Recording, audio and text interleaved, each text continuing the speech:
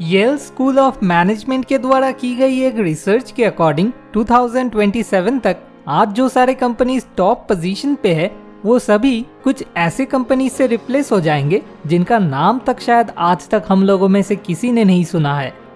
इसलिए इस fast changing world में अपना पोजीशन होल्ड करके रख पाने के लिए आपको चाहिए fast, adaptable and creative thinking. इस फास्ट चेंजिंग वर्ल्ड में कोई अगर टिपिकल प्रोसेस फॉलो करके जिंदगी में आगे बढ़ने का प्लान करेगा तो वो गलती करेगा। तो इस लाइफ प्रॉब्लम का सलूशन के तौर पे आज मैं क्रिस ग्रिफिथ्स एंड मेलिना कॉस्टी की book the creative thinking handbook से आपके साथ कुछ बहुत ही इंपॉर्टेंट स्मार्ट आइडियाज शेयर करने वाला हूँ। आज की इस वीडियो से आपको सीखने को मिलेगा कि कैसे अपनी क्रिएटिविटी को बढ़ाकर आप अपने आप को हमेशा दूसरों से एक कदम आगे रख सकते हो। तो चलिए जान लेते हैं। Smart idea number 1, creativity is the new super power of this era.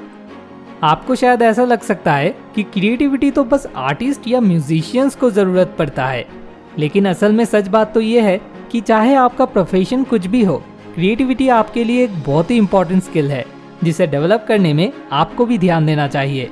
अगर ये वर्ल्ड इतना फास्ट चेंज नहीं हो रहा होता तो शायद क्रिएटिविटी इतना भी इम्पोर्टेंट नहीं होता, लेकिन अभी हर वक्त हमें नए नए प्रॉब्लम्स फेस करना पड़ता है जिन्हें सॉल्व कर पाने के लिए चाहिए हाईली क्रिएटिव स्किल्स। इसलिए क्रिएटिविटी को इस एरा का सुपर पावर माना जाता है। इनफैक्ट फ्यूचर जॉब रिपोर्ट्स में वर्ल्ड इकोनॉमिक फोरम ने creativity, critical thinking and problem solving, इन तीनों स्किल्स को सबसे ज्यादा इंपॉर्टेंस दिया है। Smart idea number 2, stubbornness is the biggest enemy of creativity. 1920 में एक बहुत बड़ा लॉस होने के बाद हेनरी फोर्ड ने ये सबक सीखा था।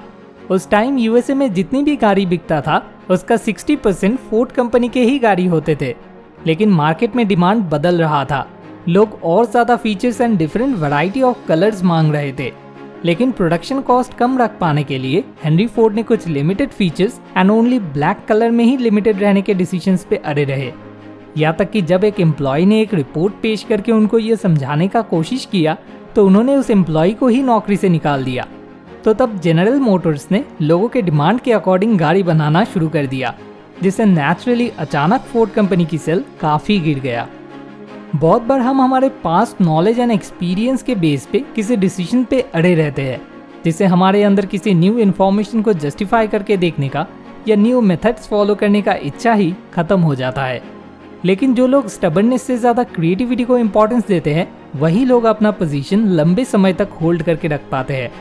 फॉर एग्जाम्पल, एनसाइक्लोपीडिया ब्रिटानिका 200 साल से प्रिंटेड एनसाइक्लोपीडिया बेच रहे थे, लेकिन सही वक्त आने पर जब उन लोगों ने देखा कि लोग अब इंफॉर्मेशन डिजिटली ज़्यादा कंज्यूम कर रहे हैं तो उन लोगों ने उनका 200 साल का पुराना कंपनी स्ट्रक्चर पूरी तरह से बदल डाला और खुद को फिर से डिजिटली रीइन्वेंट कर लिया।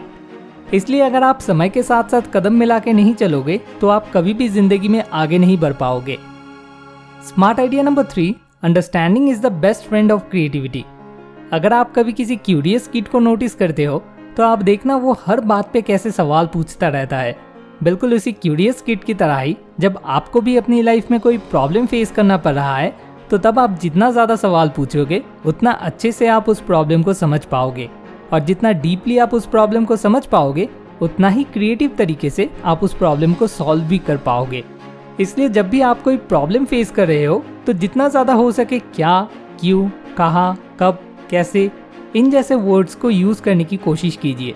सुनने में शायद अजीब लगे, लेकिन 1930 से लेकर आज तक टोयोटा कंपनी के एग्जीक्यूटिव्स इसी सेम रूल को फॉलो करते आ रहे हैं। वो लोग जब भी किसी प्रॉब्लम का सलूशन ढूंढने की कोशिश करते हैं तो क्यों सवाल का एटलीस्ट 5 स्टेप डीप में जाकर वो उस प्रॉब्लम का सलूशन ढूंढने की कोशिश करते हैं। ज़्यादातर लोग क्या करते हैं, किसी प्रॉब्लम के बारे में सुनते ही उस प्रॉब्लम को सही से बिना समझे ही एक के बाद एक सलूशन बताना स्टार्ट कर देते हैं। लेकिन ऐसे जो सलूशंस मिलते हैं वो ज़्यादातर ही किसी काम के नहीं होते, क्योंकि किसी प्रॉब्लम का बेस्ट एंड क्रिएटिव कोई सलूशन ढूंढ निकालने के लिए उसे ऊपर ऊपर से समझना काफ़ी नहीं होता है। आपको डीप में जाकर उस प्रॉब्लम को समझना होता है। किसी प्रॉब्लम का सलूशन ढूंढ निकालने के लिए आप दूसरे किसी के पर्सपेक्टिव से भी उस प्रॉब्लम को देखने की कोशिश कर सकते हो। अगर आपके जगह दूसरा कोई उस प्रॉब्लम को फेस कर रहा होता, फॉर एग्जाम्पल आपके आइडल या आपके कॉलीग या फिर आपकी वाइफ, ऐसे में इस प्रॉब्लम को कैसे सॉल्व करने की कोशिश करते। जिस इंसान की पर्सपेक्टिव से आप उस प्रॉब्लम को देखने की कोशिश कर रहे हो वो इंसान जितना ज़्यादा उस प्रॉब्लम से अनरिलेटेड होगा, कोई क्रिएटिव सोल्यूशन ढूंढ पाने की चांसेस आपके लिए उतना ही ज़्यादा बढ़ जाएगा। Smart idea number 4, freedom is the biggest facilitator of creativity. Post-it company की पेरेंट कंपनी 3M की एक एम्प्लॉई स्पेंसर सिल्वर ने जब एक्सीडेंटली एक बहुत ही वीक ग्लू बना डाला था, तो उस वक्त उसकी कोई यूजफुलनेस किसी के दिमाग में नहीं आया। लेकिन कुछ साल बाद product development engineer Arthur fry ने अचानक ये चीज़ रियलाइज़ किया कि दो चीज़ों को बिना किसी तरह से डैमेज किए टेम्पररी कुछ समय के लिए चिपका के रखने के लिए वो वीक ग्लू बहुत ही यूजफुल हो सकता है। और ऐसे ही पोस्ट-इट कंपनी शुरू हुआ था। इसलिए जितना ज़्यादा आप आइडियाज़ इकट्ठा कर पाओगे, उतना ज़्यादा आपके लिए पोस्ट-इट जैसा कोई जेम ढूंढ निकाल पाने के चांसेस बढ़ जाएगा। और जितना ज़्यादा आप ओपन माइंडेड रह के सोच पाओगे, उतना ही ज़्यादा आप आइडियाज़ इकट्ठा कर पाओगे। बिल्कुल इसीलिए एप्पल, गूगल जैसे बड़े बड़े कंपनीज में एम्प्लॉयज़ के लिए अलग से टाइम शेड्यूल रहता है फ्रीली सोच के कोई नया आइडिया ढूंढ निकाल पाने के लिए और अपनी मर्जी से किसी साइड प्रोजेक्ट पे काम कर पाने के लिए। जब आपके माइंड को फ्रीली वंडर करने का मौका मिलता है, तभी नए नए क्रिएटिव आइडियाज़ दिमाग से बाहर निकल आते हैं। और ये ट्रिक इससे आगे बहुत सारे जीनियस ने यूज़ किया है, जैसे कि famous music composer Mozart long walk पे जाकर उनके काफ़ी सारे फेमस मेलोडीज कंपोज किए थे। सिमिलरली सर अल्बर्ट आइंस्टाइन ने भी उनका थ्योरी ऑफ रिलेटिविटी डिस्कवर कर पाने का एक बहुत बड़ा क्रेडिट सपने में मिला हुआ इन्फॉर्मेशन को देते हैं। इसके अलावा किसी प्रॉब्लम को मेटाफोर से रिफ्रेस करके भी अगर आप बार बार बोलने लग जाओ, तो वहाँ से भी आपको क्रिएटिव आइडियाज़ मिल सकता है। जैसे कि और कस्टमर्स कैसे एक्योर करे, इसे रिफ्रेस करके कहा जा सकता है और मछली कैसे पकड़े। Smart ideas number 5, emotion and logic both are needed to select the best ideas. UK institute of practitioners in advertising database की एक रिपोर्ट के मुताबिक emotional ads logic based ads के मुकाबले 2 गुना ज़्यादा इफेक्टिव होते हैं। आप खुद ही सोच के देखिए, इन दोनों में से कौन सा ऐड आपका अटेंशन ज़्यादा ग्रैब कर पाएगा। पहला ऐड जिसमें आपको चार्ट्स एंड फिगर्स दिखा के बताया जा रहा है कि कितने सस्ते में आपको इंश्योरेंस मिल रहा है, या फिर दूसरा ऐड जिसमें ये बताया जा रहा है कि अगर आप इंश्योरेंस करा के नहीं रखते हो तो उससे आपकी फैमिली को फ्यूचर में क्या क्या प्रॉब्लम फेस करना पड़ सकता है। हमें ज़िंदगी में लाखों डिसीजंस लेना पड़ता है। अब इनमें से कुछ डिसीजंस बहुत ही मामूली होते हैं, जैसे कि आज कौन सा शर्ट पहनना है, लेकिन वही कुछ डिसीजन बहुत ही बड़ा होता है, जैसे कि कौन से कॉलेज में एडमिशन लेना है। तो आपको शायद लग सकता है कि छोटा हो या बड़ा, जो डिसीजन ज़्यादा लॉजिकल लग रहा है उसे ही हमेशा चूज़ करना सही है। लेकिन ये सच नहीं है, क्योंकि हमारा इमोशन भी कभी कभी बहुत ही इंटेलिजेंट रोल प्ले कर जाता है। इनफैक्ट अगर आप इमोशन को टोटली इक्वेशन से बाहर कर देते हो तो डिसीजन ले पाना ऑलमोस्ट इम्पॉसिबल बन जाता है। कैसे? न्यूरोसाइंटिस्ट एंटोनियो डमासियो इस चीज़ को नोटिस कर पाए थे जब वो कुछ ऐसे लोगों को लेकर रिसर्च कंडक्ट कर रहे थे जो कि किसी न्यूरोलॉजिकल डिजीज या फिर किसी हादसे की वजह से कोई भी इमोशन फील करने की क्षमता खो बैठे थे। आपको शायद लग सकता है कि फिर तो ये लोग ज़रूर उनके सारे डिसीजन सिर्फ लॉजिक के बेस पे ही लेते होंगे, लेकिन ये देखने को मिला है कि ऐसे लोग छोटे से छोटे डिसीजन लेने में भी डिफिकल्टी फेस करते हैं, क्योंकि जब हम पूरी तरह से सिर्फ लॉजिक के बेस पे दोनों ऑप्शंस को कंपेयर करते हैं तो दोनों ही हमें बिल्कुल सेम लगता है। इसलिए उनमें से किसी एक को चुनना मुश्किल बन जाता है। इसलिए आपको हमेशा हर आइडिया को इमोशन एंड लॉजिक दोनों ही साइड से जज करना चाहिए। अगर दोनों ही तरफ से आइडिया अच्छा लगे तभी उसे आप एक अच्छा आइडिया मान के आगे बढ़ सकते हो। Smart idea number 6, confidence and constant supply of creativity is the oxygen for ideas.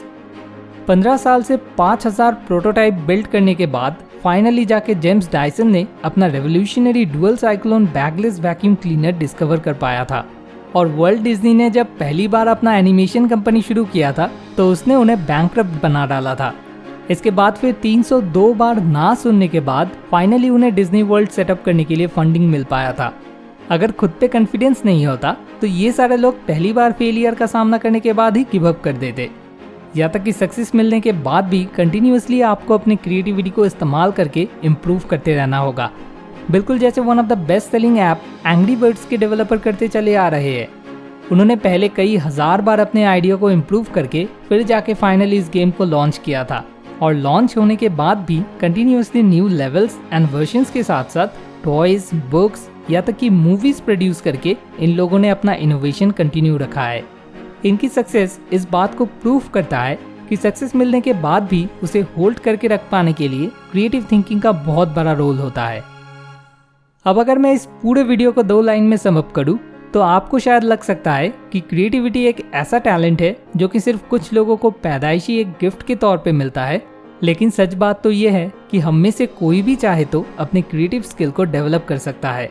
कैसे ओपन माइंडेड रहकर सोचा जाता है और किसी प्रॉब्लम को डीपली समझ के जड़ से उसका सोल्यूशन निकाला जाता है, ये 2 चीजें अगर आप सीख जाओ तो आप भी अपने सारे लाइफ प्रॉब्लम्स का क्रिएटिव सोल्यूशन ढूंढ निकाल सकते हो। जैसे कि इस बुक के ऑथर्स ने कहा है, to be creative you need to have an everything is possible mindset. अगर आप अपनी क्रिएटिविटी को नेक्स्ट लेवल तक ले जाना चाहते हो तो फिर आप नीचे डिस्क्रिप्शन में दिए हुए लिंक से जाकर क्रिस ग्रिफिथ्स एंड मेलिना कॉस्टी की book the creative thinking handbook खरीद सकते हो। अब आखिर में आपसे एक छोटी सी रिक्वेस्ट, अगर इस वीडियो से आपको इतनी सी भी मदद मिली हो तो इसे ज़रूर अपने फ्रेंड्स एंड फैमिली के साथ शेयर कीजिए, क्योंकि ये वीडियो जितना ज़्यादा शेयर होगा मैं समझूंगा उतने लोगों को मैंने सच में कुछ मदद किया है।